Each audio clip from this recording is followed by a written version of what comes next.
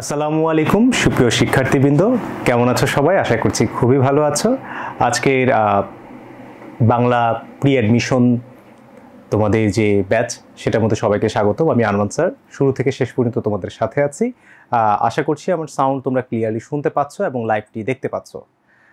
অনেকে এখনও জয়েন হয় নাই, যারা জয়েন হও নাই খুব দ্রুত জয়েন হয়ে যাও এবং তোমরা শেয়ার করে বন্ধুদের জানিয়ে দাও এবং কমেন্টের মাধ্যমে জানাও যে আমার সাউন্ডটা তোমরা ক্লিয়ারলি শুনতে পাচ্ছ কিনা এবং আমাকে দেখতে পাচ্ছ কিনা। আচ্ছা, অনেকেই লাইভে জয়েন হওয়া শুরু করেছে। তোমরা যেটি করতে পারো, তোমাদের বন্ধুদের মেনশন করে দাও এবং শেয়ার করে দাও লাইভটি, যাতে তোমাদের সকল বন্ধু আজকের এই ক্লাসটি করে মোটামুটি উপকৃত হতে পারে। অনেকে এখনও জয়েন হয় নাই, আমরা খুব দ্রুতই ক্লাসটি শুরু করব। আজকে আমাদের এই প্রি অ্যাডমিশন ব্যাচের যে টপিক আছে আমাদের, সেটি হচ্ছে বাংলা বানান এবং উপসর্গ নিয়ে। তার আগে যেটি তোমাদের বলতে চাই যে তোমাদের এই প্রি অ্যাডমিশন ব্যাচটি কেন প্রয়োজন, কী কারণে প্রয়োজন। আচ্ছা, আমরা একটু সময় নিব, এখনও অনেকে জয়েন হয় নাই।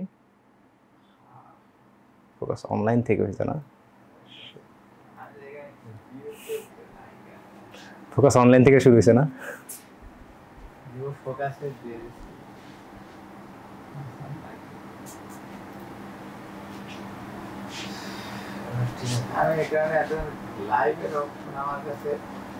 আসতেছিল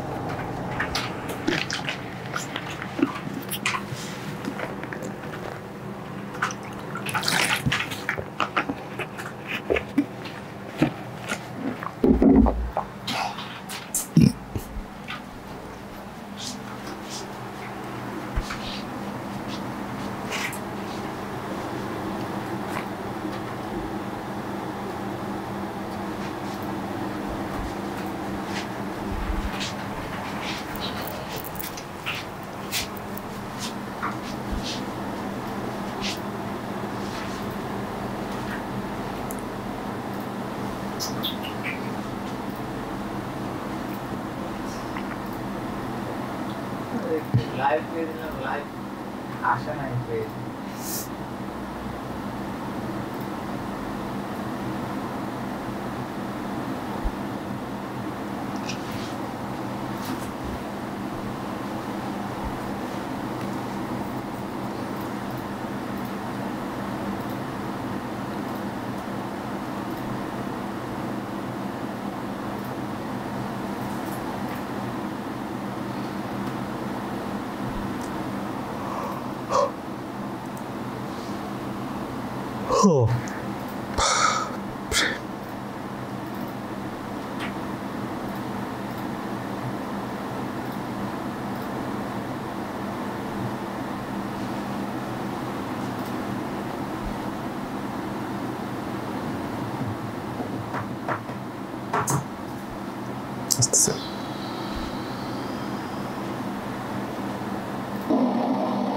এত শব্দ হচ্ছে কেন? হ্যালো হ্যালো হ্যালো হ্যালো,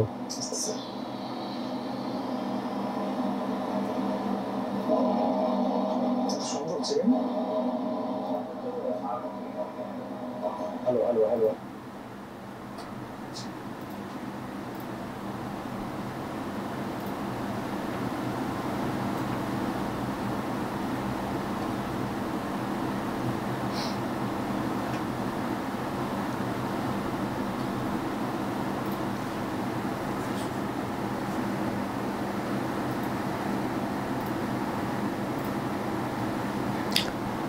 আসসালামু আলাইকুম সুপ্রিয় শিক্ষার্থীবৃন্দ, কেমন আছো সবাই? আশা করছি খুবই ভালো আছো। আজকের প্রি অ্যাডমিশন বাংলা ক্লাসে সকলকে স্বাগতম। আমি আরমান স্যার, শুরু থেকে শেষ পর্যন্ত তোমাদের সাথে আছি। প্রথমত জানাও যে আমার সাউন্ডটা তোমরা ক্লিয়ারলি শুনতে পাচ্ছ কিনা এবং আমাকে দেখতে পাচ্ছ কিনা। যদি সব কিছু ঠিকঠাক থাকে তাহলে ইনশাআল্লাহ আমরা আমাদের আজকের ক্লাসটি শুরু করতে পারবো।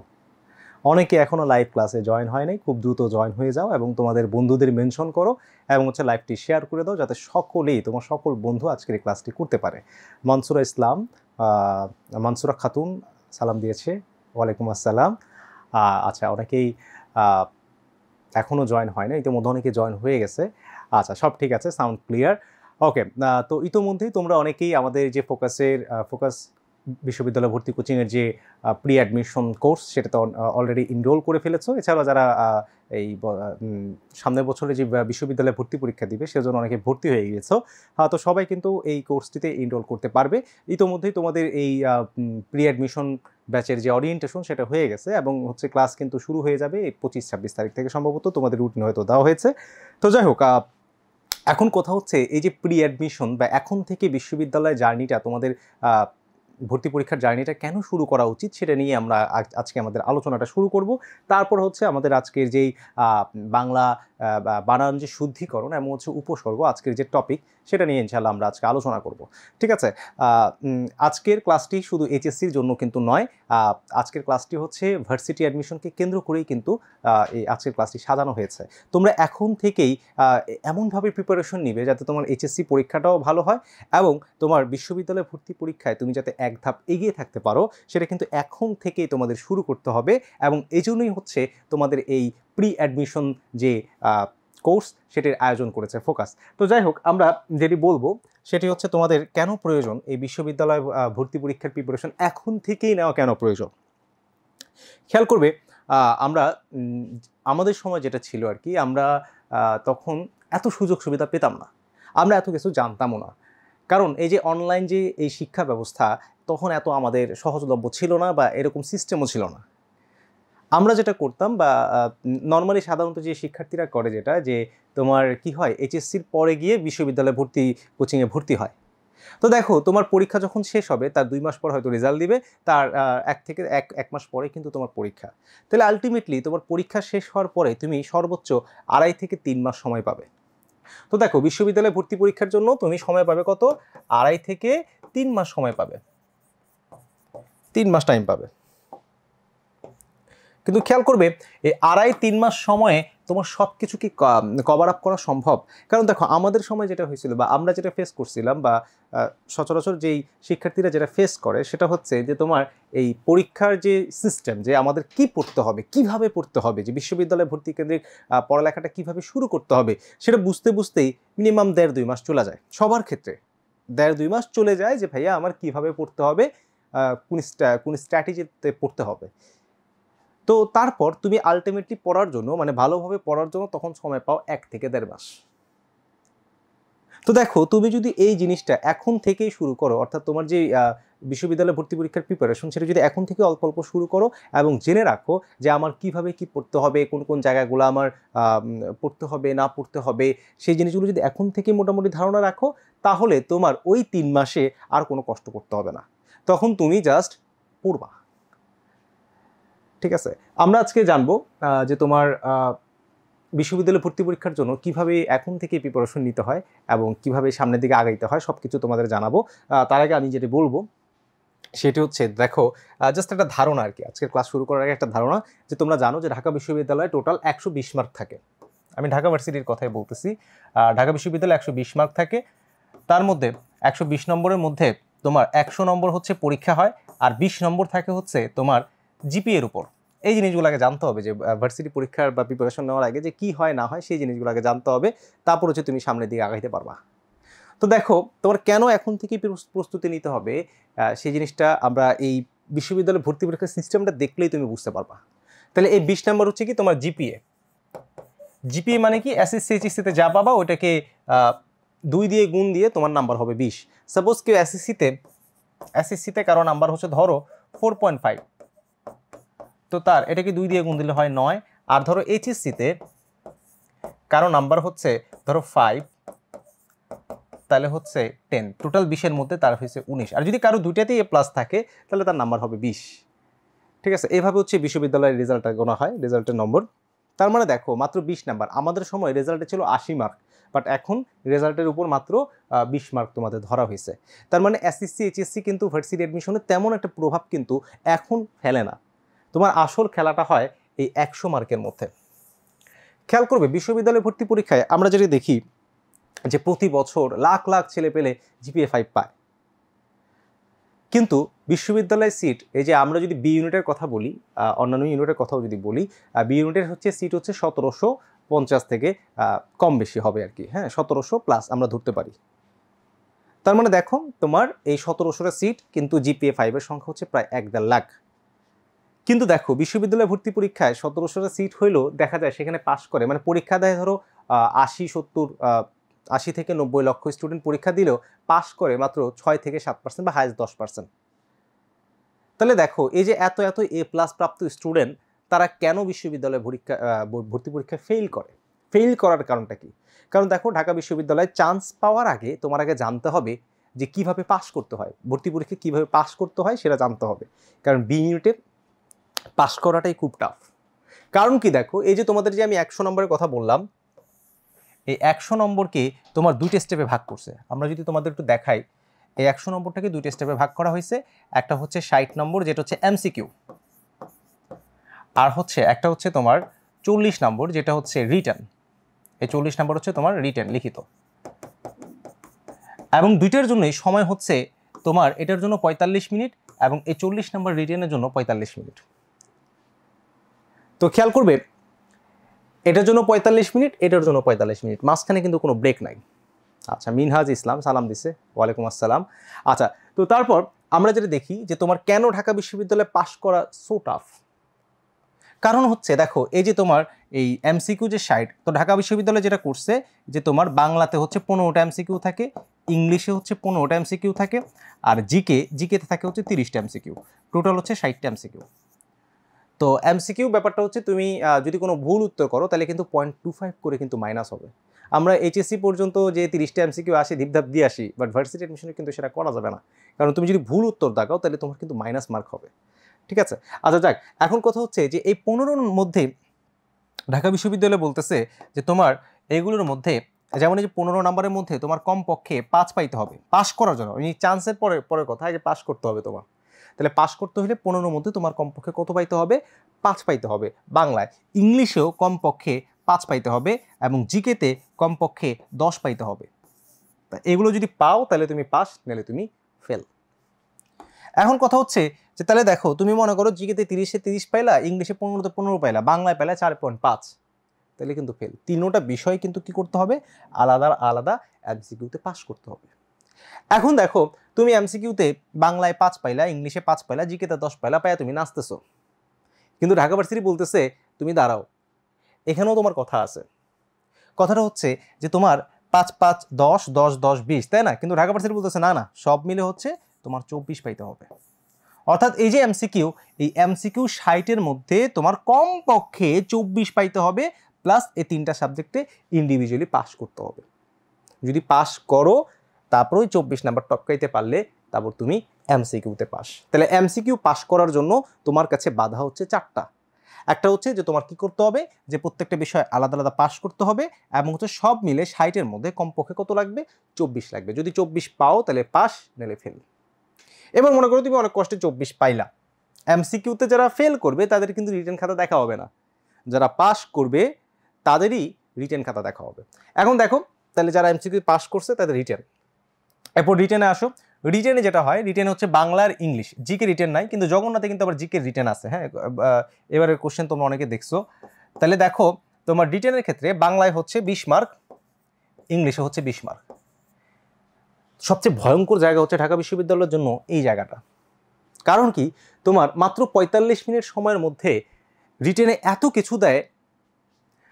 কিছু দেয় যে তোমার বাংলা অনেক শিক্ষার্থী দেখা যায় বাংলা লিখতে লিখতেই 45 মিনিট চলে যায়, বা ইংলিশ লিখতে লিখতেই 45 মিনিট চলে যায়। তখনই কিন্তু সব কিছু একবার এলোমেলো হয়ে যায়। অনেক শিক্ষার্থী আছে এমসিকিউ তো খুব ভালো করে, কিন্তু রিটেন ভালো না করার কারণে তারা কিন্তু একবারে ওখানেই শেষ হয়ে যায়। এরপর আসো আমরা যদি দেখি এখানে যে তোমার বাংলায় হচ্ছে 20, ইংলিশে 20, তো এখানেও ঢাকা ভার্সিটি কন্ডিশন দিয়ে দিয়েছে। কি কন্ডিশন? যে তোমার এই 20-এর মধ্যে কমপক্ষে রিটেনে কত পাইতে হবে? 5 পাইতে হবে। এখানেও কমপক্ষে রিটেনে 5 পাইতে হবে। অর্থাৎ রিটেনেও কিন্তু তোমার ইন্ডিভিজুয়ালি পাস আছে, যে এটার মধ্যেও আলাদা পাস, এটার মধ্যেও আলাদা পাস।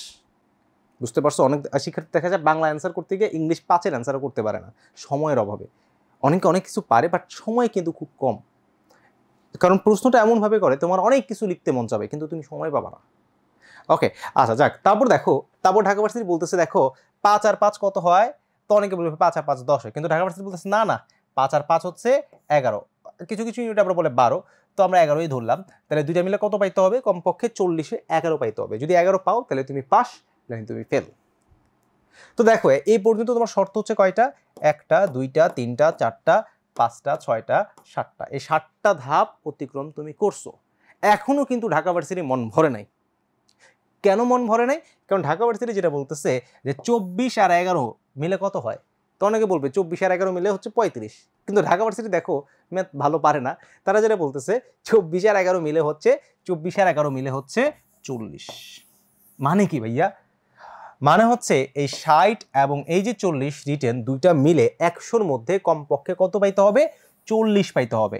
শুধু 40 পাইলেই হবে না, এইগুলো আলাদা শর্ত ফিল আপ করতে হবে, এগুলো শর্ত আলাদা ফিল আপ করতে হবে। যদি ফিল আপ করতে পারো তাহলে তুমি পাস, নাহলে তুমি ফেল। আচ্ছা, ভর্তি হতে চাও? আচ্ছা, ভর্তি হতে চাইলে আমাদের যে ফোকাসের পেজ আছে সেখানে তুমি নক দিতে পারো এবং ফোকাস কর্তৃপক্ষের সাথে কথা বলতে পারো, ঠিক আছে? ওকে, তো যাই হোক, তো মোটামুটি এই হচ্ছে আমাদের বাধা পাস করার জন্য। তো তুমি এত কষ্ট করে মনে করো যে 8টা ধাপ পার করছো, দেখো 1টা 2টা 3টা 4টা 5টা 6টা 7টা 8টা ধাপ পার করে তুমি পাস করছো। পাস করলেই কি তোমার চান্স হবে? 40 পাইলে কি তোমার চান্স হবে?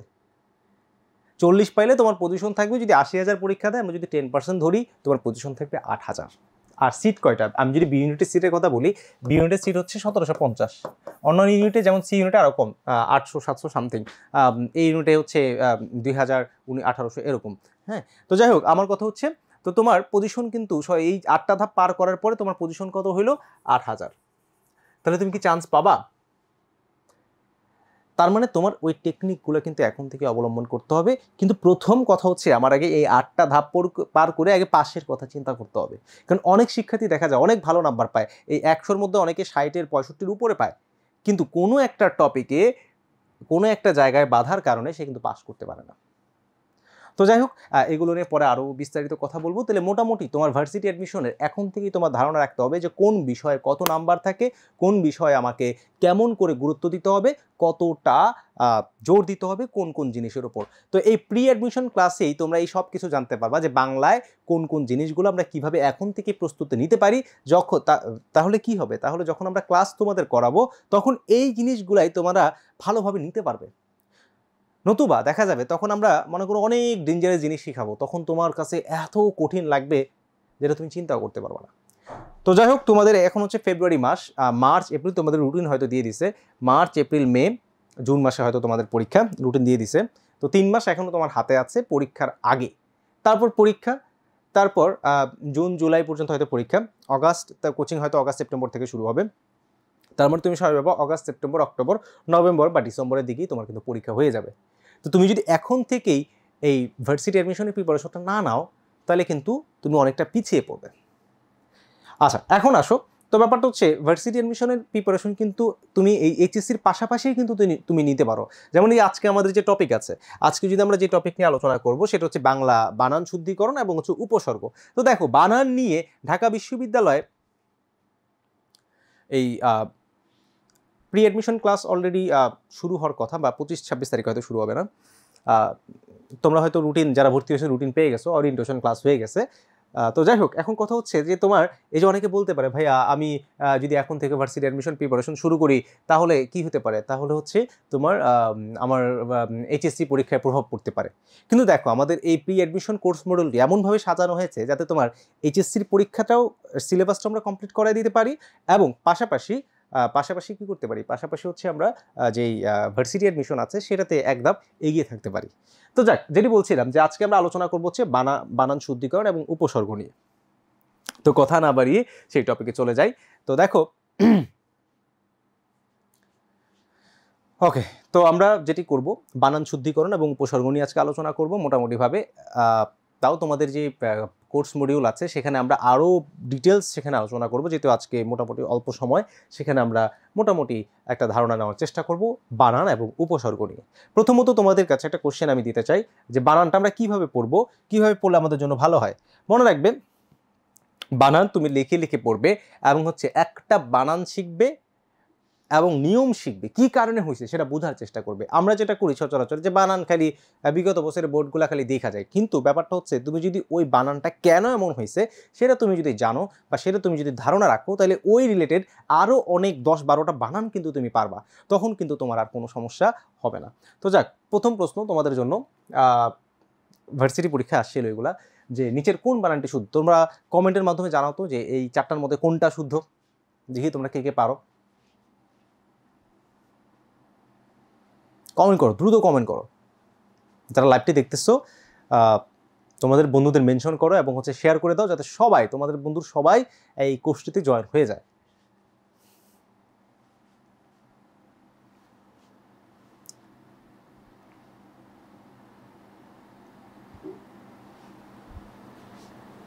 আচ্ছা, অনেকে অ্যান্সার দেওয়া শুরু করছে, বাহ। আচ্ছা, অনেকে বলতেছে এ, অনেকে বলতেছে সি, অনেকে বলতেছে ডি। আচ্ছা, সবাই সব রকম অ্যান্সার দিচ্ছে। আচ্ছা, আসো আমরা এবার দেখার চেষ্টা করি এটার উত্তর। আচ্ছা, অনেকে এই বানানটা অনেক জায়গায় অনেকভাবে লেখা আমি দেখেছি, হ্যাঁ। আচ্ছা আচ্ছা, তো আসো এবার একটু দেখার চেষ্টা করি কেন এটা কেমন হয়েছে এবং অন্যরকম হইলে কি হইতো সেটা আমরা একটু দেখার চেষ্টা করি। প্রথমত মনে রাখবে এই নিয়মটা হচ্ছে তোমরা 9 10 হয়তো পড়ছো, নত্যবিধান এবং সত্যবিধান নামে একটা টপিক ছিল। সেখানে আমরা ছোটোবেলা হয়তো পড়ছিলাম 9 10-এ থাকতে, কারণ ইন্টারে হয়তো তোমরা অত ডিপভাবে পড়ো নাই। সেখানে আমরা পড়েছিলাম যে বিদেশি বানানে, খেয়াল করবে, বিদেশি বানানে কখনোই মূর্ধন্য হয় না। মনে রাখবে বিদেশি, এই যে মডার্ন একটা বিদেশি বানান, ইংরেজি বানান, যে মডার্ন ইংলিশ লাগতেছে, হ্যাঁ। তো ব্যাপারটা হচ্ছে এটা একটা বিদেশি বানান। তো বিদেশি বানানে খেয়াল করবে, বিদেশি বানানে কখনোই মূর্ধন্য অথবা মূর্ধনস্য যেটাই বলি আর কি, সেটা হয় না। তো দেখো এই জিনিসটা তুমি যদি জানো, অনেকগুলো বানান কিন্তু তুমি জানতে পারবা। যেমন আমরা যদি বলি যে তোমার কি বলে স্টোর বানান, স্টোর বানান অনেক জায়গায় মূর্ধনস্য দেওয়া, কিন্তু মূর্ধনস্য কিন্তু হবে না, সেটা হবে দন্তস্য, হ্যাঁ। তারপর আমরা যদি বলি গ্রিন বানান, গ্রিন বানান, ইরান বানান। তো দেখো অনেকে মনে করতে পারে যে ভাইয়া ইরান, এখানে তো র আছে, আমরা জানি র এর পরে মূর্ধন্য হয়, এটা নত শতবিধানের নিয়ম আছে, হ্যাঁ। তারপরে গ্রিন, রফলা আছে, তাহলে তো মূর্ধন্য হওয়ার কথা, কিন্তু দন্তন্য হবে, কারণ এগুলো সব হচ্ছে কি বিদেশি বানান। তার মানে দেখো তুমি যখন ভার্সিটি অ্যাডমিশন পরীক্ষায় এইসব বানানগুলো দেখবা, তখন তুমি যেটা করবা সেটা হচ্ছে অপশনগুলো কমানোর চেষ্টা করবা। তোমার যদি এমসিকিউ থাকে ভার্সিটি অ্যাডমিশনে, তুমি যেটা করবা এখান থেকে অপশন কমাবা। তুমি যত অপশন কমাবা ততই কিন্তু তোমার অ্যান্সার করা সহজ হয়ে যাবে। শুধু ব্যাকরণের ক্ষেত্রেই না, সাহিত্যের ক্ষেত্রেও তুমি যেটা করবা, তুমি অপশন কমাবা, যে কোনটা হবে না সেটা আমি কমাবো। তাহলে দেখো আমি বলছি যে বিদেশি বানানে মূর্ধন্যও হয় না, মূর্ধন্যস্য হয় না, তাহলে আমরা বলতে পারি যে এখানে এটাও হবে না, এটাও হবে না, কারণ দুইটার মধ্যে কি আছে, মূর্ধন্য আছে। এখন আমাদের কনফিউশন কোনটা নিয়ে? কনফিউশন হচ্ছে 1 এবং 4 এই দুইটা নিয়ে। তো দেখো আমরা যদি দেখি যে তোমার এখন অনেকে বলতে পারে ভাইয়া তাহলে মনে হয় 1 নাম্বার মডার্ন, কিন্তু খেয়াল করো তোমার আমরা যদি দেখি যারা এই বলতেছো তাদের কাছে হয়তো মনে হচ্ছে যে মডার্ন বানানটা এরকম। এখন তোমরা বলবা MORDEN, যারা উপরেরটা বলতেছো, আর নিচেরটা যারা বলতেছো তাদের কাছে দেখো মডার্ন বানানটা হচ্ছে এরকম। এখন দেখো মডার্ন বানান কি মডার্ন নাকি মডার্ন? তাহলে মডার্ন বানান হচ্ছে আসলে কি MODERN, মডার্ন, এটা কিন্তু হবে না। তাহলে আমাদের আলটিমেটলি অ্যান্সার কি? যারা ডি দিয়েছো তাদেরকে অসংখ্য ধন্যবাদ এবং অভিনন্দন, তারা ঠিক দিয়েছো। তাহলে দেখো মডার্ন কিন্তু হবে না, শব্দটা হচ্ছে মডার্ন। আমরা বলতে পারি জর্ডান, ঠিক আছে, সেটা হচ্ছে JORDEN, হ্যাঁ, জর্ডান একটা দেশের নাম, সেটা জর্ডান, কিন্তু আমরা কিন্তু মডার্ন বলতে পারি না, শব্দটা হচ্ছে মডার্ন। তাহলে এই যে এইভাবে তুমি যদি একটু অ্যানালাইসিস করে পড়ো, তাহলে এই মডার্ন বানান জীবনেও কিন্তু তোমার আর ভুল হবে না। তার মানে কি এ হবে না, হবে কি ডি নাম্বারটা। ওকে, আশা করছি ক্লিয়ার। এরপর আসো তোমাদের জন্য আরেকটা প্রশ্ন নিয়ে আসছি, নেক্সট কোশ্চেন, সেটা যদি আমরা দেখি নিচের কোন বানানটি শুদ্ধ? খুবই ডেঞ্জারাস একটা বানান, এই বানানটা খুব খুব খুব গুরুত্বপূর্ণ তোমাদের জন্য। এইচএসসি এক্সাম বলো, এমনকি বিশ্ববিদ্যালয়ে ভর্তি পরীক্ষা বলো, প্রত্যেকবারই দেখা যায় এরকম একটা ঝামেলা সুক্ত বানান তোমাদের পরীক্ষা দিয়ে দেয়। তাহলে বলো তো 4টার মধ্যে কোনটা সঠিক হতে পারে? খুবই ডেঞ্জারাস বানান, এটা খুব ডেঞ্জারাস। আমরা এটা নিয়ে আলোচনা করবো আজকে। বলো তো কোনটা হইতে পারে? আচ্ছা, অনেকে অ্যান্সার দেওয়া শুরু করে দিছে। অনেকে বলতেছে বি, অনেকে সি, অনেকে বি। আচ্ছা, এ,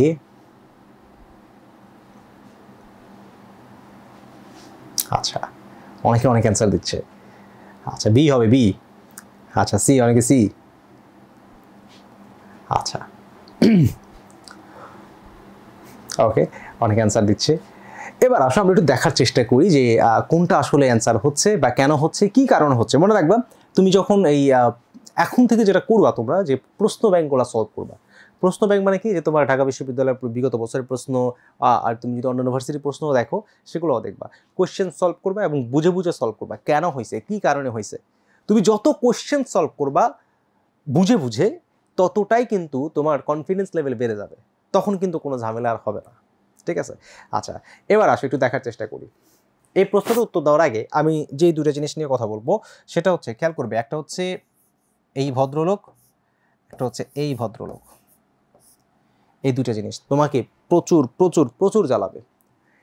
আমরা অনেকে হয়তো জানি যে হ হচ্ছে একটা ঘাওড়া ঘাড়তেরা বিতলা একটা বর্ণ। এই হ হচ্ছে খুব মারাত্মক একটা বর্ণ, যেটা নিয়ে তোমার সার্জিস আলম একটা কবিতা বানাইছিল, যে খুব সুন্দর একটা কবিতা। কবিতার নাম হচ্ছে হ। যে পলায় গেছে তার নাম হচ্ছে হ দিয়া, তারপর যেটা দিয়ে পলাইছে ওটার নামও হ দিয়া, এতটুকু মনে আছে আর কি। তো এই হ তোমাদের ব্যাকরণেও খুব মারাত্মক একটা ঘ্যানজামপূর্ণ একটা বর্ণ, যে সব সময় ভেজাল লাগে। খেয়াল করবে, সাধারণত আমরা যেটা দেখি সেটা হচ্ছে যে কোনো বর্ণের নিচে, যে কোনো বর্ণের নিচে যে ন থাকে, যে কোনো বর্ণের নিচে যে ন থাকে, মনে রাখবে সেটা হচ্ছে দন্তন্য। একটু মাথায় রাখবে, যুক্ত বর্ণের কথা বলতেছি। যে কোনো বর্ণের নিচে, যে কোনো বর্ণের নিচে যে ন থাকে সেটা হচ্ছে দন্ত ন। ভালো মতো মাথায় রাখো এটা। যে কোনো বর্ণের নিচে যে ন থাকে সেটা হচ্ছে দন্ত ন। কিন্তু কিন্তু কিন্তু খেয়াল করবেন, তোমার হয়ের ক্ষেত্রে একটু ব্যতিক্রম।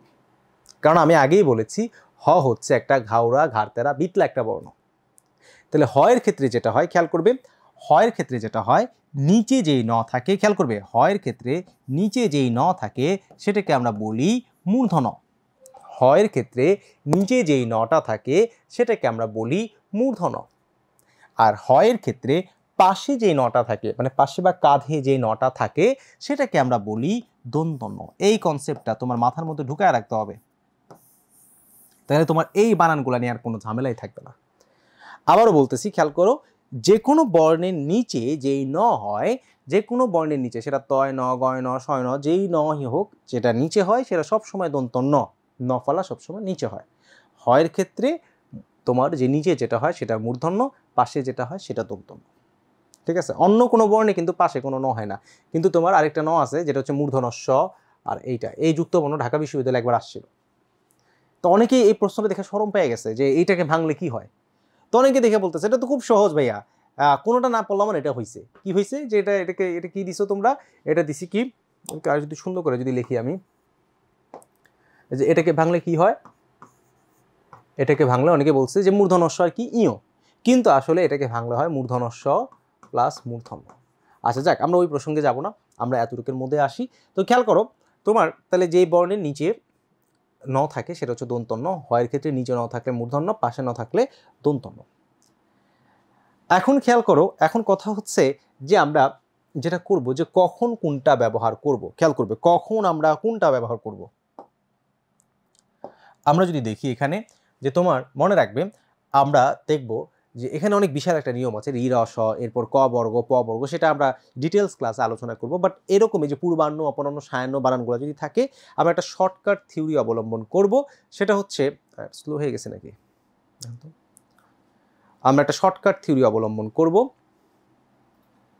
সেটা হচ্ছে যে তোমার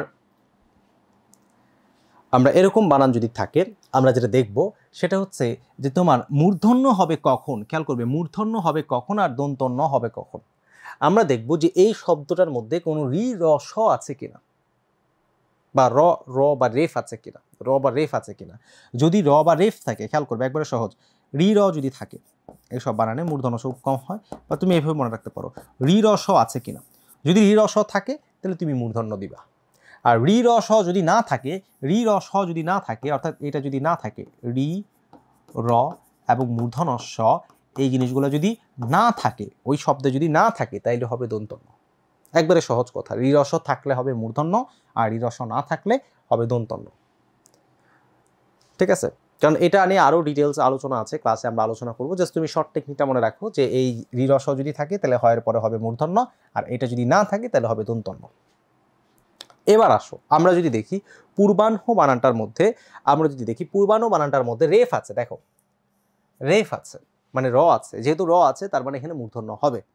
খেয়াল করবে মূর্ধন্য হবে, একটু খেয়াল করো ভালোভাবে, যেহেতু রেফ আছে তার মানে এখানে কি হবে, এখানে মূর্ধন্য হবে।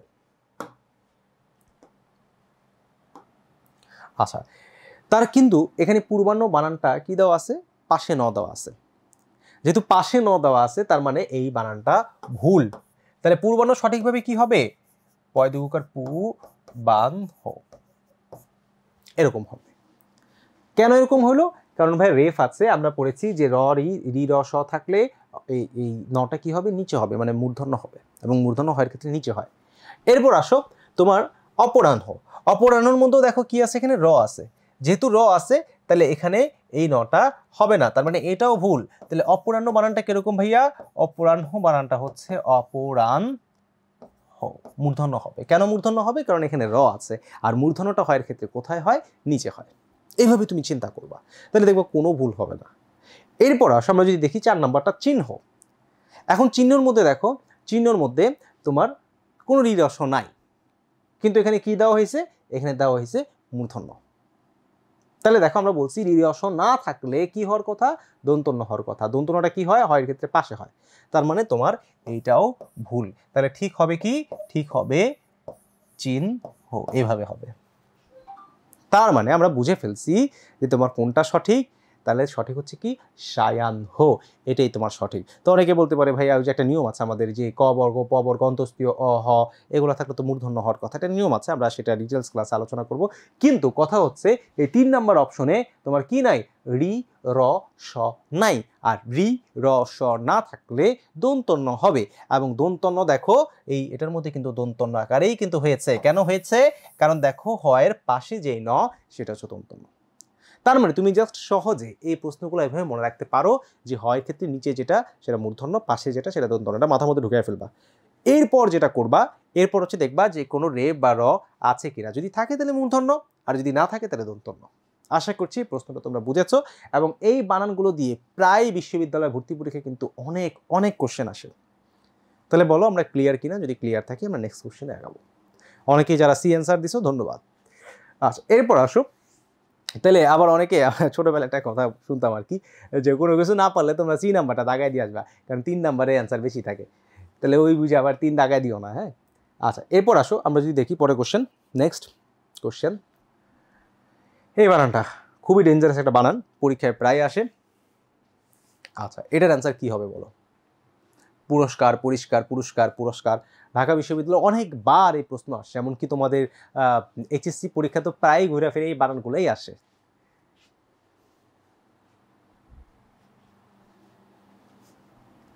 ওকে এবার বলো এটার অ্যান্সার কি হইতে পারে।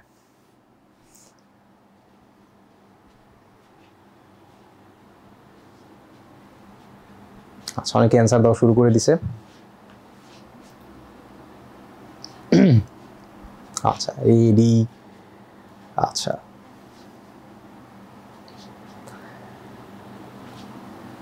খুব ডেঞ্জারাস একটা কোশ্চেন এবং খুব কনফিউজিং। এ বানান মানে হচ্ছে কনফিউজিং, তুমি বানান যতবারই শিখবা লেখে লেখে প্র্যাকটিস করবা, নাহলে মনে থাকবে না। আচ্ছা এবার আসো একটু দেখার চেষ্টা করি। এই নিয়মটি শেখানোর আগে আমি বলছি যে বানান শিখবো একটা, আর নিয়মটা শিখবো, নিয়মটা শেখার সাথে আমি 10টা বানান কিন্তু করতে পারবো।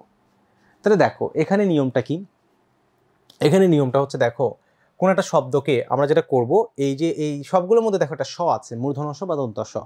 এই মূর্ধন্য স এবং দন্ত স নিয়ে খুব ভেজাল আছে। আমরা যেটা করব, এই মূর্ধন্য সর আগে কি আছে সেটা দেখার চেষ্টা করব। এই স এর আগে মূর্ধন্য স বা দন্ত স যেটাই থাকুক, এই আগে কি আছে আমরা সেটা দেখার চেষ্টা করব।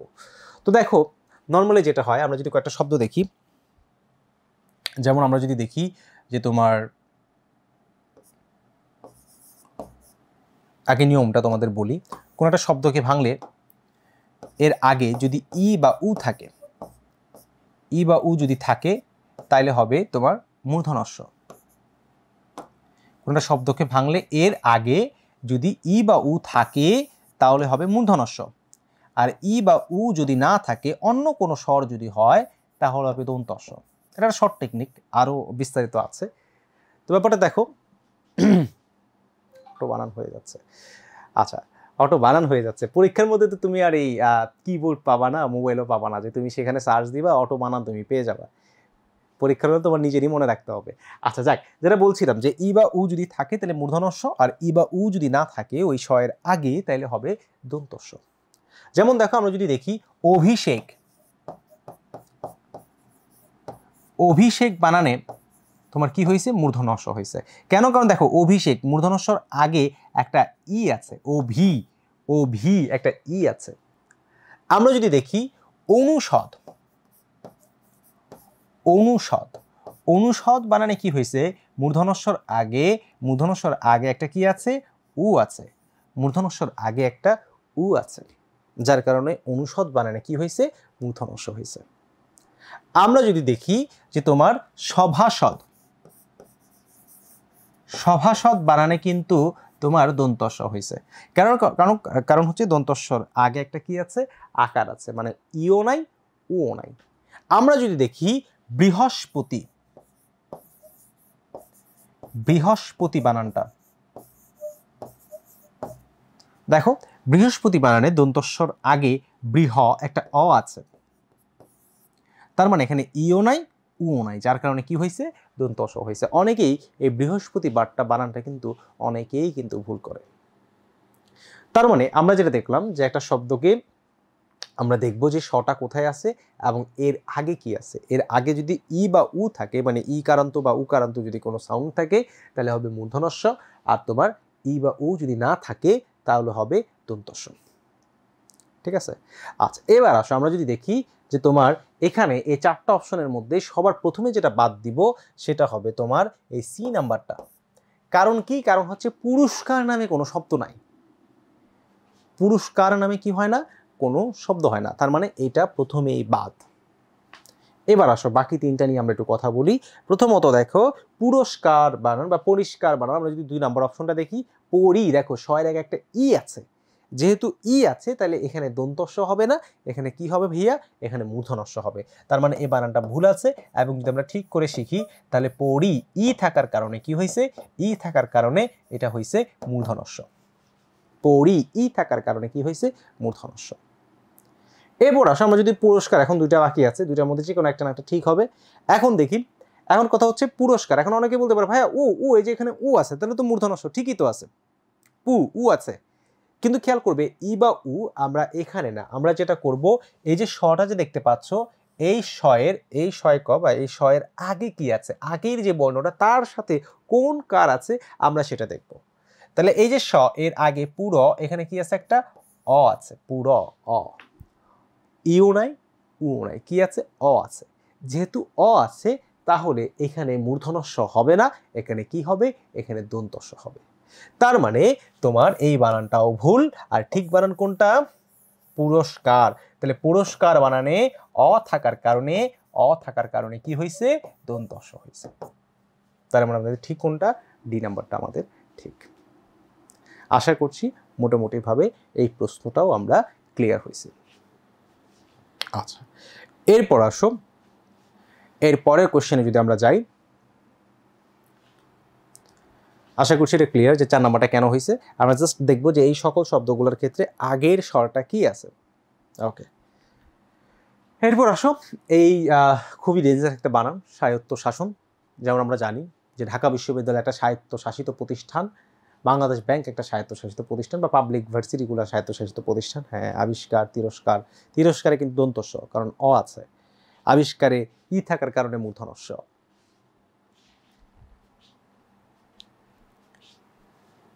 আচ্ছা, এবার বলো এটার উত্তর কি হইতে পারে?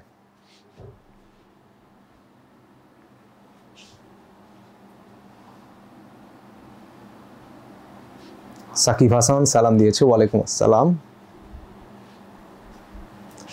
আচ্ছা, অনেকে বলতেছে বি, অনেকে ডি, অনেকে সি, কিছু না কিছু একটা হবে, তাই তো? এই ত নিয়ে খুব ভেজাল আছে ভাইয়া। আচ্ছা, পুরো স্বায়ত্তশাসিত বানানটা নিয়ে খুব ভেজাল। আচ্ছা, আসো দেখি, খেয়াল করবেন তোমার এই স্বায়ত্তশাসন বানানটা হচ্ছে তোমার মানে কি? স্বায়ত্তশাসন মানে হচ্ছে নিজের আয়ত্তে যে শাসন থাকে সেটাই হচ্ছে স্বায়ত্তশাসন। তো দেখো, আমরা যদি দেখি তাহলে এখানে আমরা স্বায়ত্ত মানে স মানে নিজকে বোঝায়। যেই স দিয়ে নিজেকে বোঝাবে সেই শয়ের নিচে সবসময় ব ফলা হয়। যেমন স্বাধীন, নিজের অধীন, স্বায়ত্ত, নিজের আয়ত্ত। তার মানে এই স দিয়ে সবসময় নিজেকে বোঝায়, তাহলে এটার নিচে সবসময় ব ফলা হবে। তার মানে এই 1 নাম্বার অ্যান্সার হবে না, এটা আমরা শিওর। আমরা আগে অপশন কমাবো। এরপর আসো, এরপর যদি আমরা দেখি তাহলে কি হইতে পারে? বাকি 3টা হইতে পারে। এবার আসো আমরা একটু দেখি তোমার আয়ত্ত বানানটা একটু দেখার চেষ্টা করব। মনে রাখবেন, আয়ত্ত বানানে কখনোই ব ফলা হবে না, এবং 2টা ত। আয়ত্ত বানানে 2টা ত, অর্থাৎ আয়ত্ত এভাবেও হবে না, এভাবেও হবে না, আয়ত্ত এভাবেও হবে না, এভাবেও হবে না, এভাবেও হবে না। আয়ত্ত বানানটা কি হবে? জাস্ট উপরেরটার মতো। তার মানে আমরা যদি দেখি যে তোমার এখানে আয়ত্ত বানানে ব ফলা হয় না, এবং তয়ব ফলাও হবে না, তয়ত ফলাও হবে না। তার মানে আমরা যদি দেখি আমাদের অ্যান্সার কি? গ নাম্বার, ভুলেও না। আমাদের অ্যান্সার হচ্ছে এটা ভুল, এটাও ভুল, কারণ এটার মধ্যে ব ফলা দিছে, এটার মধ্যে তয়ের সাথে ব ফলা দিছে, কিন্তু আয়ত্ত বানানে কখনোই ব ফলা হয় না। তার মানে আমাদের অ্যান্সার কোনটা? অ্যান্সার হচ্ছে 2 নাম্বার। অধিকাংশ শিক্ষার্থী কিন্তু এটা ভুল দিয়ে দিছে। তাহলে অ্যান্সার কি? অ্যান্সার হচ্ছে বি নাম্বার, সি নাম্বার কিন্তু না। ঠিক আছে, কারণ কি? তোমার এটার মধ্যে ব ফলা নাই। আমরা এটা এভাবে মনে রাখতে পারি, স্বায়ত্ত বানানে, স্বায়ত্তশাসন বানানে তোমার প্রথমটার মধ্যে ব ফলা হয়, কিন্তু পরেরটার মধ্যে ব ফলা হয় না। 2টা ব ফলা না, কিন্তু একটা, শুধু শয়ের নিচেই ব ফলা, আর কোনো কিছুর নিচে কিন্তু ব ফলা না। আচ্ছা, এর সাথে আমরা পাশাপাশি আরও কিছু বানান শিখবো এখানে। যেমন আমরা যদি দেখি এই আয়ত্ত বানান যেমন ব ফলা হয় না, এরকম কিছু বানান আছে, আমরা একটু দেখার চেষ্টা করব। কিছু বানান আছে, যেমন আমরা যদি দেখি কয়েকটা সত্য আছে।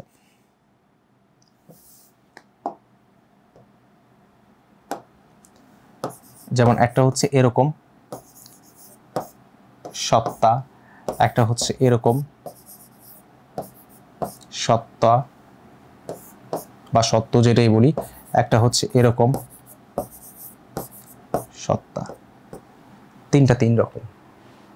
আচ্ছা, কেন হইলো? কারণ আয়ত্ত বানানে ব ফলা হয় না। ঠিক আছে, ওটা আসলে কোনো নিয়ম না, ওটা মনে রাখার টেকনিক আর কি। আচ্ছা, এবার আসো, এই 3 রকমের সত্তা নিয়ে খুবই ডেঞ্জারাস কথাবার্তা আছে, পরীক্ষায় প্রায় কিন্তু এই বানানগুলো আসে। প্রথমটা যদি দেখি, আমরা যদি দেখি যেমন মানব সত্তা, তারপর আমরা যদি বলি জীব সত্তা, অর্থাৎ মানবের অস্তিত্বকে বোঝায়। ঠিক আছে, মানব সত্তা, জীব সত্তা, যে শিক্ষা ও মনুষ্যত্ব পড়ছি না, মানব সত্তার ঘর থেকে বা মনুষ্যত্বের ঘর থেকে ঈশের ঘরে উঠতে গেলে তোমার কি শিক্ষা দরকার। আচ্ছা যাক, তাহলে এই সত্তা বানানে কি হয় না? ব ফলা হয় না। মানব সত্তা, জীব সত্তা বানানে কি হয় না? ব ফলা হয় না। কোনোটাতেই মানে ব ফলা হয় না, শুধু তয় তো হয়। এরপর আসো এই সত্য কখন হয়? যেমন আমরা যদি বলি অন্তঃসত্ত্বা, এই বানানটা প্রায় পরীক্ষায় আসে।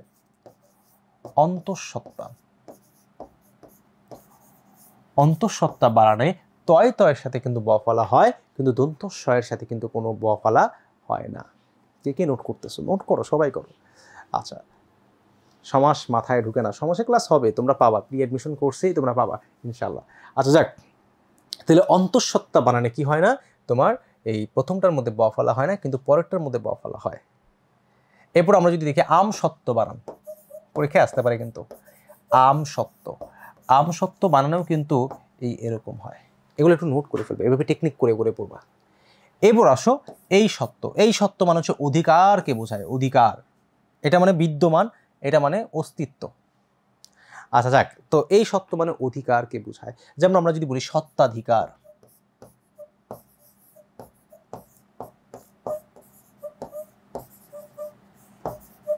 বা সত্ত্বাধিকারী। তারপর আমরা যদি বলি মালিকানা সত্ত্ব,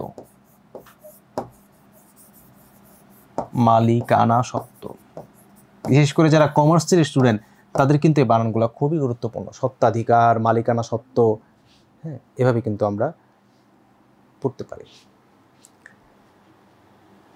প্রি অ্যাডমিশন ক্লাসে কি শিট দিবে? শিট না, তোমাদের পিডিএফ দিয়ে দিবে। হ্যাঁ, আর তোমরা যখন প্রি অ্যাডমিশন যারা ফোকাসের যে মেন শিডিউলে ভর্তি হয়েছো তারা তো ক্লাসের সময় শিট পাবেই, ঠিক আছে? ওকে, তো মোটামুটি এই তিনটা বানান এই ক্যাটাগরিতে তোমরা শিখতে পারো, যে একটা হচ্ছে মানব সত্তা, জীব সত্তা, হ্যাঁ, সে বানানগুলো হচ্ছে এরকম। এই সত্তা মানে অস্তিত্বকে বোঝায়, আর এই সত্তা মানে কোনো কিছু আছে, ওইটার ভিতরে কিছু আছে। অন্তঃসত্তা মানে হচ্ছে মানুষের ভিতরে কিছু আছে। আম সত্য মানে হচ্ছে ওই জিনিসটার ভিতরে আমের কোনো ইনগ্রেডিয়েন্ট আছে আর কি। হ্যাঁ, আচ্ছা, এভাবে তোমরা জিনিসগুলো দেখতে পারো। তাহলে দেখো, একটা এই টেকনিকে কিন্তু তুমি অনেকগুলো বানান শিখতে পারতেছো এই ফরম্যাটে। আচ্ছা, এরপর আসো, এরপর আমরা দেখি, এরপর আমরা অনেকগুলো গুরুত্বপূর্ণ বানান দেখব, যেগুলো তোমাদের পরীক্ষার জন্য খুবই গুরুত্বপূর্ণ, যেগুলা এইচএসসিতেও আসতে পারে। হ্যাঁ, বেসিকে সমস্যা থাকলে তুমি এখন থেকেই কিন্তু তোমার শুরু করতে হবে, কারণ তখন কিন্তু তোমার বেসিক দুর্বল থাকলে হবে না। কারণ আমাদের প্রি অ্যাডমিশন কোর্সটাই হচ্ছে এরকমই, যে তোমার বেসিকটাকে শক্ত করে দেওয়া, যাতে ওই 3 মাসে গিয়ে তোমার কোনো ঝামেলাই না হয়। আচ্ছা, এরপর আসো, এখানে অনেকগুলো বানান আছে, আমরা প্রত্যেকটা বানান ধরে ধরে এবং বুঝে বুঝে দেখার চেষ্টা করব। যেমন দেখো, বুদ্ধিজীবী বানানটা কি হয় সাধারণত? মনে রাখবে, যত প্রকার জীবী আছে, বুদ্ধিজীবী, চাকরিজীবী, শ্রমজীবী, সকল জীবী বানানে কি হয়? দিগিকার হয়। তার মানে বুদ্ধিজীবী বানানে কি হবে? দিগিকার হবে। বুদ্ধিজীবী, শ্রমজীবী, মৎস্যজীবী, চাকুরিজীবী সবগুলোতেই কিন্তু কি হয়? দিগিকার হয়। কিন্তু খেয়াল করবে, জীবিকা যে বানানটা আছে, জীবিকা বানানটার মধ্যে কিন্তু আবার রসিকার হয়। জীবিকা বানানে কিন্তু রসিকার হয়। হ্যাঁ, আচ্ছা, এবার আসো শাশুড়ি। এই শাশুড়ি নিয়ে খুব ডেঞ্জারাস কাহিনী আছে। এই শাশুড়ি বানানটা কিন্তু গত বছরে ঢাকা বোর্ডে কিন্তু বানানের মধ্যে দিয়েছিল। যারা বিগত বছরের কোশ্চেন দেখো তারা জানবা। তো এটা অনেকে মজা করে বলে আর কি, যে শ্বশুরের বানানে, খেয়াল করবে, শ্বশুরের বানানের নিচে, মানে শ্বশুরের নিচে যেটা আছে শাশুড়ির নিচে নাই, কি সেটা? ব ফলা। যেমন শ্বশুর বানানে কি হয়? এরকম হয়। শ্বশুর বানানটা কি হয়? এরকম হয়, যে শ্বশুর বানানের তালবস্যর নিচে একটা ব ফলা হয়। কিন্তু শাশুড়ির মধ্যে তোমার বফলা কিন্তু হবে না, শাশুড়ির মধ্যে বফলা ছাড়াই হবে, ঠিক আছে? শা সু, তাহলে কাহিনী কি হয়েছে? কাহিনী হয়েছে এখানে একটা ডয় শূন্য র আছে। শাশুড়ির মধ্যে কি আছে? ডয় শূন্য র আছে। এটা আমরা এভাবে মনে রাখতে পারি যে ডয় শূন্য র হচ্ছে তারণজাত ধ্বনি। তারণজাত ধ্বনি মানে কি? তারণজাত ধ্বনি মানে হচ্ছে যেটা একটু জোরে জোরে আওয়াজ করে বলতে হয়, একটু জোর দিয়ে বলতে হয়। তার মানে তোমার এই যে আমরা যদি একটু দেখি যে শাশুড়িরা কি হয়, একটু ওই যে বিভিন্ন বাংলায় কিছু মুভি আছে না, যে দজ্জাল শাশুড়ি, যাই হোক, তো ব্যাপারটা হচ্ছে তোমার এই শাশুড়ি বানানে বা শাশুড়ি একটু মনে করো যে শ্বশুর একটু নরম সরম হয়, এই জন্য শ্বশুরের মধ্যে জাস্ট বয়শূন্য র, আর এটার মধ্যে ঢশূন্য র। হ্যাঁ, এভাবে একটু মনে রাখতে পারো। আচ্ছা, তাহলে শাশুড়ি বানানে কি বফলা হয় না, শ্বশুর বানানে বফলা হয়। আচ্ছা, আমরা আরেকটা জিনিস জানবো, যে শাশুড়ির আরেকটা অর্থ আছে, দুইটা বানান আছে, খেয়াল করবে। শাশুড়ির আরেকটা বানান হচ্ছে তোমার শয় বা, শাশুড়ির মধ্যে বফলা হয় মাঝে মাঝে, সেটার একটা অর্থ আছে, সেটা হচ্ছে কি জানো? শ্বশ্রু। এ বানানটা প্রায় আসে, শ্বশ্রু। তালবস্য বফলা, তালবস্য রফলা, দুগুকার। এই শ্বশ্রু মানেও কিন্তু শাশুড়ি। শয়ব ফালা এবং হচ্ছে তালবস্যয় রফলা দুগুকার, যেটা হচ্ছে কি, এটা মানেও শাশুড়ি। আর আরেকটা শ্বশ্রু আছে, খেয়াল করবে, এটা জেনে রাখো একটু। এই দুইটা বানান প্রায় পরীক্ষায় আসে। আরেকটা হচ্ছে তালবস্য মফলা এবং হচ্ছে তালবস্য মফলা এবং হচ্ছে রুসুকার। এই শ্বশ্রু মানে হচ্ছে দাড়ি বা গোঁফ।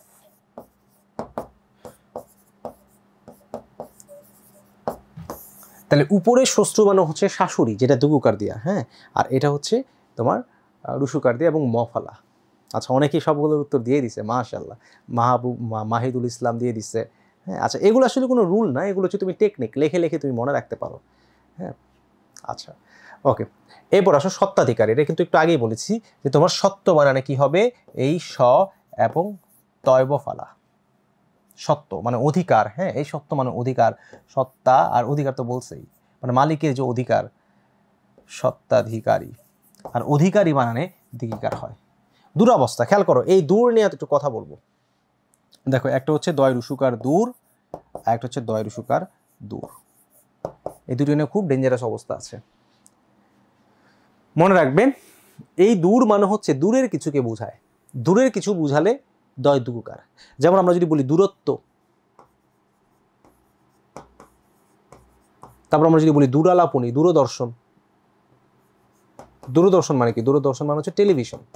দূরদর্শন, দূরালাপনি, এগুলোর মধ্যে কিন্তু দুগুকার হয়। আর যেই দূর দিয়ে দূরের কিছু বুঝায় না, সেই দূরটা রুসুকার হয়। যেমন দেখো, আমরা যদি বলি দুর্নীতি, আমরা যদি বলি দুর্নাম, আমরা যদি বলি দূরদৃষ্টি,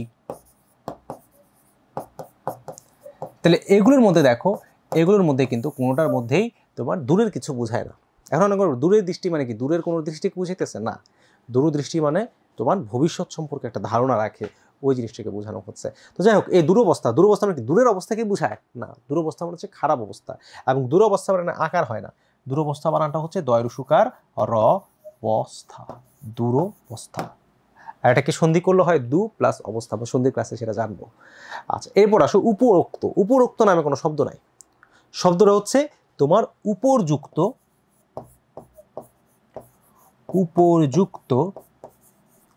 অথবা আমরা বলতে পারি উপরিউক্ত।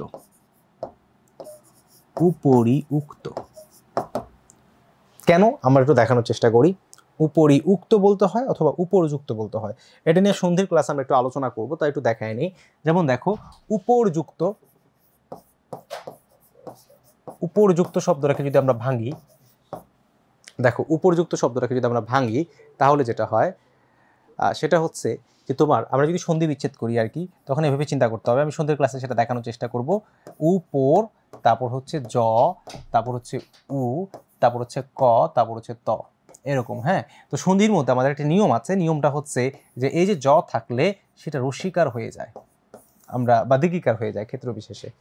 হ্যাঁ, জ থাকলে রসিকার বা দিগিকার হয়ে যায়। তো এই জন্য তোমার যেটা হয় যে এই এতটুকু, এই জটা হয়ে গেছে ই, অর্থাৎ উপরি, বাকি থাকে উক্ত। এই কারণে উপরযুক্তর পরিবর্তে আমরা চাইলে বলতে পারি যে উপ আর এই র ই মিলে উপরি, আর বাকি থাকে উক্ত। এভাবেও লিখতে পারি বা ওইভাবেও লিখতে পারি, যেটাই বলো। তার মানে তোমার কয়তো যে কোনো একভাবেই লেখা যায়। আমি একভাবেই রাখি তোমাদের সুবিধার জন্য। তার মানে দেখো, উপরযুক্ত এটাও কারেক্ট এবং এটাও কারেক্ট, কিন্তু ভুলেও উপরোক্ত বলা যাবে না। ঠিক আছে? তাহলে আলটিমেটলি আমরা এই পেজটা কিন্তু মোটামুটি বুঝতে পারছি। তাহলে তুমি যত বানানই শিখো, তুমি যদি এভাবে পাশাপাশি করে শিখো, তুমি কিন্তু অনেকগুলো বানান কিন্তু তুমি জেনে রাখতে পারবা। আচ্ছা, এরপর আসো, এরপর যদি আমরা দেখি নেক্সট কোশ্চেন, আরও কিছু গুরুত্বপূর্ণ বানান। আকাঙ্ক্ষা। দেখো, এই যে আকাঙ্ক্ষা বানানটা অনেকেই ভুল করে। আকাঙ্ক্ষা বানানটা কি? কাঙ্খ নামে একটা ধাতু আছে, কাঙ্ক্ষিত। এই যে বলে না, আপনার কাঙ্ক্ষিত নম্বরে এই মুহূর্তে সংযোগ দেওয়া সম্ভব হচ্ছে না। তো যাই হোক, এই কাঙ্ক্ষিত বানান বা কাঙ্ক্ষা বানানে ক্ষীয় হয়, হ্যাঁ, এবং ও এবং ক্ষীয় হয়। তাহলে এই আকাঙ্ক্ষা বানানে কি হবে? আকাঙ্ক্ষা বানানটা যদি আমরা দেখি, আ কাং এবং ক্ষীয়, আকাঙ্ক্ষা এভাবে হবে। ঠিক আছে? আচ্ছা, পিপিলিকা, এই বানানগুলো খুবই মজার একটা বানান। এটাকে আমি এভাবে বলি, অনেকে 1 2 1 এভাবে বলে আর কি, কিন্তু আমি যেটা বলি, আমরা যদি আগে লিখি পিপিলিকা বানানটা পি পি লি কা, বানানটা এইভাবে হবে। এটা কিভাবে মনে রাখা যায়? এটা মনে রাখে আমি এভাবে, যে তোমার রসিকার যেটা থাকে সেটাকে আমি বলি ছোট, আর দিগিকারকে আমি বলি বড়। কারণ নামের মধ্যে আছে রস মানে ছোট, দীর্ঘ মানে বড়, এভাবে মনে রাখতে পারো। ঠিক একইভাবে আমরা যদি দেখি রস্যও হচ্ছে ছোট, দীর্ঘও হচ্ছে বড়। তাহলে এটা যদি মনে রাখো তাহলে কিন্তু তুমি বানানগুলো পারবা। তাহলে এটা এইভাবে মনে রাখতে পারো, ছোট বড় ছোট, রসিকার দীর্ঘিকার রসিকার, এভাবে মনে রাখতে পারো। আমরা যদি দেখি শারীরিক বানান, এরকম আরো অনেক বানান আছে। শারীরিক বানান, তাহলে শারীরিক বানান কি হয়? বড় ছোট, দীর্ঘিকার রসিকার। হ্যাঁ, তারপর আমরা যদি বলি তোমার সমীচীন বানান, সমীচীন বানানে কিন্তু দুইটাই দীর্ঘিকার হয়। যে বড় বড়, এটাকে এভাবে মনে রাখতে পারো, বড় বড়, এভাবে চিন্তা করতে পারো। তার মানে এরকম বানান আসলে তুমি এভাবে চিন্তা করার চেষ্টা করবে, এভাবে মনে রাখার চেষ্টা করবে। হ্যাঁ, তারপর আমরা যদি দেখি যে তোমার মুমূর্ষু, মুমূর্ষুর মধ্যে কি হয়, যে তোমার এটার মধ্যে যেটা হয় মুমূর্ষু, এটাও কিন্তু অনেকবার পরীক্ষায় আসছে, অনেক পরীক্ষায় আসছে। এটা তুমি এভাবে মনে রাখতে পারো, ছোট বড় ছোট, এভাবে চিন্তা করবে। তাহলে এরকম যত বানান আছে এভাবে ছোট বড় ছোট, অথবা অনেকে মনে করতে পারে 1 2 1, এভাবে মনে রাখে অনেকে। ঠিক আছে, তুমি যেভাবে মনে রাখতে পারো, যে টেকনিকে মনে রাখতে পারো। হ্যাঁ, আচ্ছা, এরপর আসো গীতাঞ্জলি। এই বানানটা অনেক জায়গায় অনেকেই ভুল করে। শ্রদ্ধাঞ্জলি, যে 21 ফেব্রুয়ারিতে অনেকেই শ্রদ্ধাঞ্জলি জানান, অনেক পোস্টার দেখবা। হ্যাঁ, জায়গায় জায়গায় এখন পোস্টার দিয়ে ভরে গেছে। তাহলে শ্রদ্ধাঞ্জলি বানান অনেকেই ভুল করে। তাহলে শ্রদ্ধাঞ্জলিতে রসিকার হবে। এই যে মনে রাখবা কয়েকটা বানান আছে, অঞ্জলি, আবলি এবং হচ্ছে আলী, এই বানানগুলো সবসময় রসিকার হয়। অঞ্জলি, আবলি, আলী, এগুলো সবসময় রসিকার হয়, কখনই কিন্তু কি হয় না, দীর্ঘিকার হয় না। যেমন সোনালী বানান, হ্যাঁ, এগুলো বোর্ডে প্রশ্ন অনেক আসে। হ্যাঁ, অনেক আসছে এগুলো। আচ্ছা, প্রি এর প্রথম ক্লাসটা কিভাবে সাজানো, আমাদের ওরিয়েন্টেশন ক্লাসে কিন্তু আমরা একটা তোমাদের ফরম্যাট দিয়েছি যে বাংলা কোন কোন লেকচারে কোন কোন টপিকগুলো আলোচনা হবে। হ্যাঁ, তোমরা সেটা দেখতে পারো, সেখানে আমরা মোটামুটি বলেছি। এবং যারা ইনরোল করেছে তাদেরকে হয়তো রুটিন দিয়ে দিয়েছে, বা তাদেরকে বলা হয়েছে যে কীভাবে কী কী ক্লাস হবে। হ্যাঁ, বা আমাদের পেজে নক দিলে তোমরা জানতে পারবে। আচ্ছা, তাহলে গীতাঞ্জলি বানানটা কি হবে? গীতাঞ্জলি, গীত, গীত বানানটা দীর্ঘিকার, গীতাঞ্জলি, অঞ্জলি, গীতাঞ্জলি, এভাবে হবে। এরপর আসো আমরা যদি দেখি দরিদ্রতা। দেখো দরিদ্রতা, সরি দারিদ্রতা, দারিদ্রতা বানানটা কিন্তু ভুল। তোমার বলতে হবে কি? বলতে হবে দরিদ্র, দুঃখিত, বলতে হবে দরিদ্রতা, দরিদ্রতা, অথবা বলতে হবে দারিদ্র। আমরা চাইলে একটা জফলা চাইলে দিয়ে দিতে পারি, জফলা দিলেও চলে, না দিলেও চলে, দারিদ্র। কিন্তু দরিদ্র কিন্তু বলা যাবে না। দরিদ্র বললে একটা কি করতে হবে, একটা তা দিতে হবে। আর দা বললে তুমি তা দিতে পারবে না, চাইলে একটা জফলা দিতে পারো। ঠিক আছে, দুইটাই কিন্তু কারেক্ট। এরপর আসো আমরা যদি দেখি সরস্বতী, এই বানানটা প্রায় অনেক পরীক্ষায় আসছে। সরস্বতী বানান মনে রাখবা, প্রথম স্বরের মধ্যে কোনো বফলা হয় না, প্রথম স্বরের মধ্যে কোনো বফলা হয় না, কিন্তু পরের স্বরের মধ্যে একটা কি হয়, একটা বফলা হয়। বানানটা প্রায় আসে। সরস্বতী যেহেতু বিদ্যার দেবী হিন্দু ধর্ম মতে, এই বানানটা কিন্তু প্রায় পরীক্ষার মধ্যে আসে। এবার সান্ত্বনা বানান যদি আমরা দেখি, শান্তনা, শান্তনা মানে এই শান্ত, আবার সেই শান্ত বোঝায় না, এই শান্ত বানানে দন্তস্ব হয় এবং নয় তো আর নিচে একটা বফলা হয়। এগুলো প্রায় কিন্তু অনেক পরীক্ষায়, বোর্ড পরীক্ষায় আসছে, ভার্সিটি অ্যাডমিশন কোচিং ভর্তি পরীক্ষায় আসছে, অনেকবার অনেক জায়গায় কিন্তু এখান থেকে প্রশ্ন আসতে দেখা গেছে।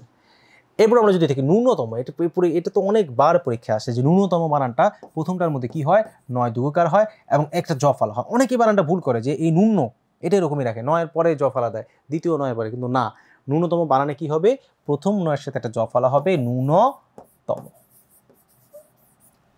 তারপর হচ্ছে কথোপকথন, এটা খুব ডেঞ্জারাস একটা বানান, কথোপকথন। এটাকে যদি আমরা সন্ধি বিচ্ছেদ করি তাহলে যেটা হয় কথা প্লাস উপকথন, কথা প্লাস উপকথন। তার মানে দেখো আমরা যদি দেখি এই আকার, আকার এবং উ মিলে একটা সন্ধি নিয়ম আছে, আ প্লাস উ মিলে একটা ও হয়। তার মানে কথোপকথন বানানে যেটা হয় কথোপকথন। তার মানে এই শুধুমাত্র থয়ের সাথে একটা কি হবে, একটা ওকার হবে। তাহলে কি হলো, কথোপকথন। এভাবে তুমি চিন্তা করতে পারো। বয়োজ্যেষ্ঠ, খেয়াল করো, বয়োজ্যেষ্ঠ বানানটা কিন্তু খুবই ডেঞ্জারাস বানান। মনে রাখবে জ্যৈষ্ঠ মাস, এই যে বৈশাখ জ্যৈষ্ঠ কয়েকদিন পরেই আসবে, বৈশাখ মাসের পরে জ্যৈষ্ঠ মাস, জ্যৈষ্ঠ মাসে আম পাকে। হ্যাঁ, সেই জ্যৈষ্ঠ মাসে কি হয়, সেই জ্যৈষ্ঠ মাসে আমরা যদি দেখি সেই জ্যৈষ্ঠ বানানটা এরকম হয়, জ্যৈষ্ঠ, ওই জ্যৈষ্ঠ, জ্যৈষ্ঠ মাসের জ্যৈষ্ঠ। কিন্তু এই জ্যেষ্ঠ মানে হচ্ছে বড়, বয়োজ্যেষ্ঠ, বয়স্ককে বোঝাচ্ছে। এই জন্য বয় বানানে মনে রাখবে ওকার হবে বয়, আর জ্যেষ্ঠ বানান খেয়াল করবে, এই জ্যেষ্ঠ বানানে তোমার এখানে একটা ফলা হবে আর এখানে এটা এভাবেই থাকবে, বয়োজ্যেষ্ঠ, বয়োজ্যেষ্ঠ। আচ্ছা, আহসান, হাবিব, নাবিল, হ্যাঁ অনেকগুলাই সঠিক অ্যান্সার দিয়েছে। আচ্ছা, তাহলে আশা করছি মোটামুটিভাবে এগুলা ক্লিয়ার। আচ্ছা, অনেকেই অ্যান্সার দিয়েছে, মাহাসিনা মিতু, তারপর হচ্ছে ননিমা আক্তার, মাহিদুল ইসলাম সাইন দিয়েছে। আচ্ছা, তোমরা অনেকেই অনেক কমেন্ট করতেছে, এগুলো পড়লে আসলে আর ক্লাসে আমরা সামনে থেকে আসতে পারবো না, বাট খুবই ভালো যে তোমরা খুবই অ্যাক্টিভ ক্লাসের মধ্যে। আচ্ছা, পদসঞ্চারী শব্দটি বিশ্লেষণ করুন। পদসঞ্চারী এখানে কি আছে? আচ্ছা, ওটা কোনো ক্লাসে যদি থাকে আমরা আলোচনা করব, ঠিক আছে? আচ্ছা, এরপর আসুন, এরপর আমরা একটু দেখার চেষ্টা করি পরে নেক্সট কোশ্চেন। নেক্সটের বানানগুলো আমরা যদি দেখি, নেক্সট আর নাই মনে হয়। আচ্ছা, এই কয়েকটাই ছিল তোমাদের গুরুত্বপূর্ণ বানানে। আমরা এখন চলে যাব হচ্ছে মোটামুটি উপসর্গের মধ্যে চলে যাব। আচ্ছা, বানান নিয়ে অনেক কিছু আলোচনা করা আছে, যেটি আমরা তোমার যে প্রি অ্যাডমিশন যে মডিউল ক্লাসটি আছে সেখানে বানান নিয়েই তোমার প্রায় 2-2.5 ঘন্টার ক্লাস আমরা করব। হ্যাঁ, ওকে, সেখানে আমরা আরও ডিটেলস, আরও গভীরে গিয়ে আলোচনা করব। আচ্ছা, এরপর আমরা আজকে উপসর্গ নিয়ে আলোচনা করব। উপসর্গ টপিকটি কিন্তু তোমাদের এইচএসসি পরীক্ষায় আসে এবং প্রায় কিন্তু পরীক্ষার মধ্যে আমরা এখান থেকে কোশ্চেন আসতে দেখা যায়। উপসর্গ জিনিসটা কি? আচ্ছা, ভর্তি হতে কত টাকা? তোমরা এটা ফোকাসের পেজে নক দিলেই তোমরা জানতে পারবা, যে পুরো ডিটেলস জানতে পারবা যে ভর্তি কি আশয় বিষয় না কিছু সব কিছু। হ্যাঁ, তো সেটা নিয়ে আশা করি কোনো ঝামেলা তোমাদের থাকবে না। আসলে উপসর্গ আমরা দেখি, উপসর্গ মানে কি? উপসর্গ মানে হচ্ছে একটা শব্দাংশ, অব্যয়সূচক শব্দাংশ, যেটা শব্দের পূর্বে বসে। মনে রাখবে, উপসর্গ আগে বসে আর প্রত্যয় পরে বসে, আর অনুসর্গ বাক্যের মাঝে সমন্বয় সাধন করার জন্য বসে। হ্যাঁ, অনুসর্গ জিনিসটা আবার আলাদা। আচ্ছা, আমরা যদি দেখি উপসর্গ, যেমন মনে করো একটা শব্দ আমি যদি বলি হার, হার একটা শব্দ, তো এই শব্দের আগে আমরা বিভিন্ন উপসর্গ লাগিয়ে, যেমন আমরা যদি বলি আহার, তখন এটা হয়ে যায় খাবার দাবার, আহার খাবার হয়ে যায়। আমরা যদি বলি উপ শব্দটা একটা গিফটকে বোঝায়। আমরা যদি বলি পরিহার, তখন কি বাদ দেওয়াকে বোঝায়। আমরা যদি বলি বিহার, একটা অঞ্চলকে বোঝায়। তার মানে দেখো, এই উপসর্গগুলা, এই উপ, পরি, এগুলো নিজের কিন্তু কোনো অর্থ নাই, কিন্তু যেটা করতেছে তোমার একটা শব্দের পূর্বে বসে নতুন নতুন শব্দের সৃষ্টি করতেছে, নতুন নতুন অর্থ দিতেছে। নিজের অর্থ নাই, কিন্তু একটা শব্দের সাথে যখন বসছে তখন একটা দ্যোতকতা সৃষ্টি করছে। দ্যোতকতা মানে কি? একটা নতুন অর্থের সৃষ্টি করা। তাই আমরা বলি যে তোমার যে উপসর্গের নিজের কোনো অর্থবাচকতা নেই, কিন্তু অর্থ দ্যোতকতা আছে। দ্যোতকতা মানে কি? দ্যোতকতা মানে হচ্ছে নতুন নতুন শব্দের সৃষ্টি করা। তো এই উপসর্গ থেকে প্রশ্ন আসলে কিন্তু এই একটা প্রশ্ন প্রায় ঘুরে ফিরে আসে এইচএসসি লেভেলে, যে উপসর্গের অর্থবাচকতা নেই কিন্তু অর্থ দ্যোতকতা আছে। তাহলে এটা কীভাবে শুরু করবা? আগে উপসর্গের সংজ্ঞা দিবা, যে উপসর্গ মানে কি? উপসর্গ হচ্ছে কিছু অব্যয়সূচক শব্দাংশ, যেগুলো হচ্ছে একটা শব্দের পূর্বে বসে নতুন নতুন শব্দের সৃষ্টি করে। তারপর তুমি কয়েকটা উদাহরণ দিয়ে এরকম উদাহরণ দিবা, তারপর বলবা। সুতরাং আমরা বলতে পারছি যে উপসর্গের নিজের কোনো অর্থ নেই, কিন্তু একটা শব্দের পূর্বে বসে তোমার কি করছে? অর্থ দ্যোতকতা সৃষ্টি করছে বা নতুন নতুন শব্দ সৃষ্টি করছে। তোমাদের ঢাকা বিশ্ববিদ্যালয়ে কিন্তু রিটেন কোশ্চেন আসে, এমনকি জগন্নাথেও কিন্তু রিটেন কোশ্চেন আসতেছে। তার মানে কিন্তু তোমার এই এমসিকিউর পাশাপাশি কিন্তু রিটেন সম্পর্কে তোমার একটা ধারণা রাখতে হবে। আচ্ছা, যাক, এরপর আমরা যদি দেখি যে আমরা এই বাংলা ভাষায় 3 প্রকারের উপসর্গ আমরা দেখে থাকি সচরাচর। কি কি উপসর্গ আছে?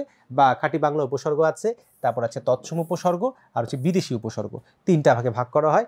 আমরা যদি দেখি যে তোমার সবচেয়ে ভেজাল লাগে যেটা নিয়ে, সেটা হচ্ছে বাংলা উপসর্গ কয়টা আর সংস্কৃত উপসর্গ কয়টা। এটা মনে রাখাটা আমার জন্য অনেক টাফ লাগে।